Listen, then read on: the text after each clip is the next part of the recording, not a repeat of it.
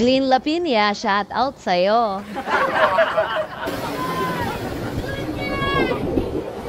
Ano daw, sabi ng mga bata?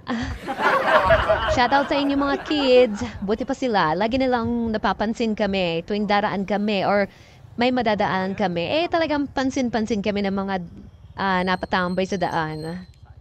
Kagagaling na namin sa San Vicente. Kaya naman, tutuloy tayo dito sa Barangay Malay.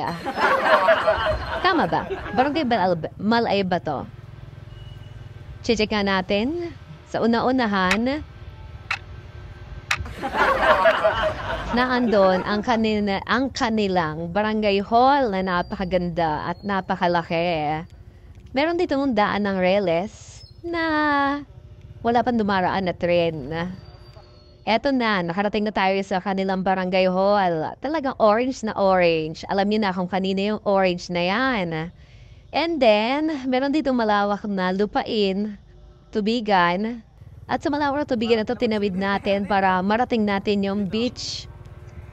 And then, may mga, anong tawag doon? May mga private na, anong tawag doon? Palaisdaan. And pagdating namin dito, medyo may harang kasi bawal na pong dumaan ang sasakyan. Kasi nga, private po yan. Buti nila pwede tayong pumasok dyan na walang nang naharang o namamalo ng puwet.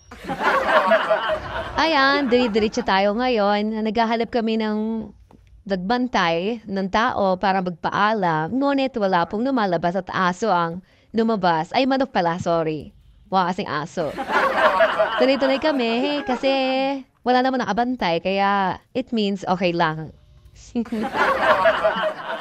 Ang Barangay Malay ay sakop din ng Lopez, Quezon. Alam niyo ba na ang population dito sa Barangay Malay ay umaabot ng 1,118 na dokumento noong 2020. Siguro mayon, baka na doble, di ba? Ang kadalasang hanap buhay dito ay tulad ng fish pond, fishery, coconut, at iba pa mga tinatanim. So, maraming sources. Hindi lang sa bundok, hindi lang sa dagat, maraming sources, palay, di ba? Kailangan masipag tayo dito para humita ng malaki at hindi magutom. Dito naman talaga kapag nasa probinsya. Mahirap ang pera, pero kapag masipag ka, hindi ka mauubusan ng pagkain sa mesa. At the same time, nakakabigay ka pa ng bigas sa kapitbahay kapag may nangutang ng isang, ano yun? Kaban. So, yaman mo naman kapag isang kaban. Hoy, ang sinain, nasusunod na. Tutom na. Ayaw nililaga, piniprito. Ay, sorry, nakarecord pala.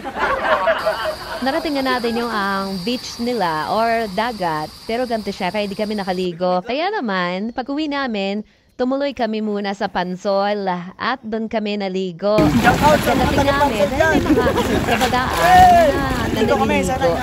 Ako yan, shoutout ka na, shoutout. May pink kayo kuya, may pink. Simpleng buhay.